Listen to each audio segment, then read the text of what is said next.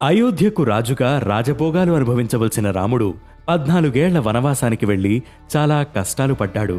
దీనికి కారణం తన కన్న కొడుకు భరతునికి పట్టాభిషేకం చేయాలని కైకేయి దశరథుణ్ణి కోరడం. పితృవాక్య పరిపాలకుడైన శ్రీరాముడు తండ్రి మాట ప్రకారం 14 ఏళ్లు అడవుల పాలయ్యాడు.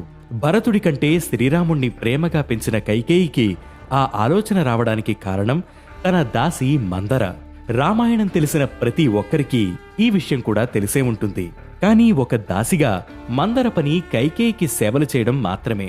ఎవరు రాజైనా తన స్థానం మారదు. మరి మందర ఎందుకు అలా చేసింది? అసలు మందర ఎవరు? మందర గత జన్మ రహస్యమేమిటి? ఇప్పుడు తెలుసుకుందాం.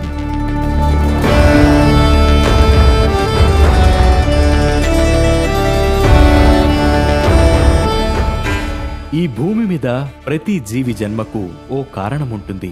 ఆ జీవి నిర్వర్తించాల్సిన కర్తవ్యం ఉంటుంది. అలాగే త్రేతాయుగంలో పుట్టిన మందర జన్మకు కూడా ఓ కారణముంది.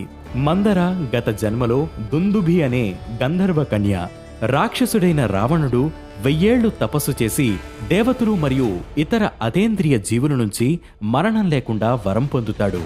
రావణుడి ఆగడాలను భరించలేక దేవతలందరూ బ్రహ్మను సంప్రదిస్తారు.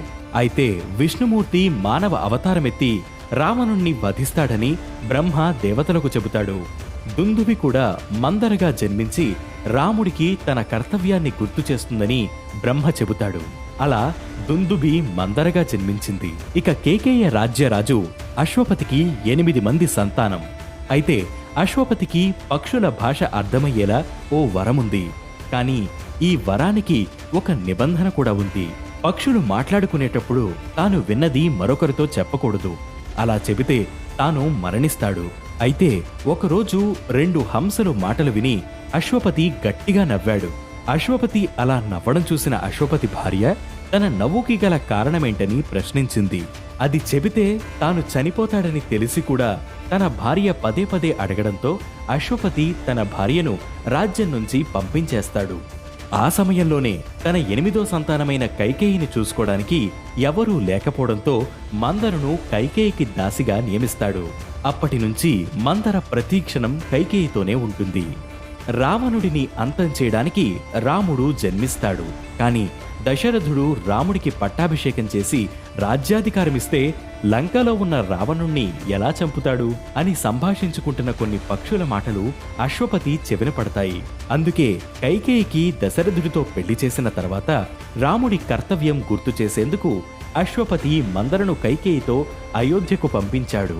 ఇక అయోధ్య నగరమంతా రాముడి పట్టాభిషేకం కోసం సిద్ధమవుతుంటే దేవతలందరికీ రాముడు నిజంగా రావణుణ్ణి వధిస్తాడా అనే సందేహం కలిగింది. అప్పుడు దేవతలంతా సరస్వతీదేవిని సహాయం కోరతారు. దాంతో సరస్వతీదేవి మందర నాలుక మీద కూర్చుని కైకేయితో మాట్లాడిస్తుంది. రాముడు రాజైతే కౌసల్యకు దక్కే గౌరవం తనకు దక్కుతుందని, భరతుడికి కూడా ఎలాంటి అధికారాలు ఉండవని కైకేయికి ఈర్ష్య స్వార్థాలు నూరిపోస్తుంది. అప్పుడే కైకేయి దశరథ మహారాజు దగ్గరకు వెళ్లి తనకి బాకీ ఉన్న 2 వరాలను అడుగుతానని రాముడిని 14 ఏళ్ల వనవాసానికి పంపించి భరతుడిని రాజుని చేయాలని కోరుతుంది. అయితే 14 ఏళ్ల వనవాసానికి పంపించడానికి కూడా ఓ కారణముంది. త్రేతాయుగంలో ఒక వ్యక్తి 14 ఏళ్లు తన ఆస్తికి దూరమైతే ఆ ఆస్తి మీద తనకు అధికారం ఉండదు. ఇది ద్వాపరయుగంలో 13 సంవత్సరాలు. అందుకే పాండవులను 13 ఏళ్ల అరణ్యవాసానికి పంపించారు. ఇప్పుడు మనమున్న కలియుగంలో ఇది 12 సంవత్సరాలు. ప్రస్తుతం మన దేశంలో చట్టం ప్రకారం ఓ వ్యక్తి 12 సంవత్సరాలు తన ఆస్తికి దూరమైతే ఆ ఆస్తి మీద తనకు ఎలాంటి అధికారం ఉండదు. ఇది మందర గత జన్మ రహస్యం. చరిత్రలో చిరకాలం మిగిలిపోయే ఇలాంటి అనేక కథల కోసం ప్రతిరోజు రాత్రి 9 గంటలకు వేటు న్యూస్లో వచ్చే అనగనగాను మిస్ అవ్వకండి.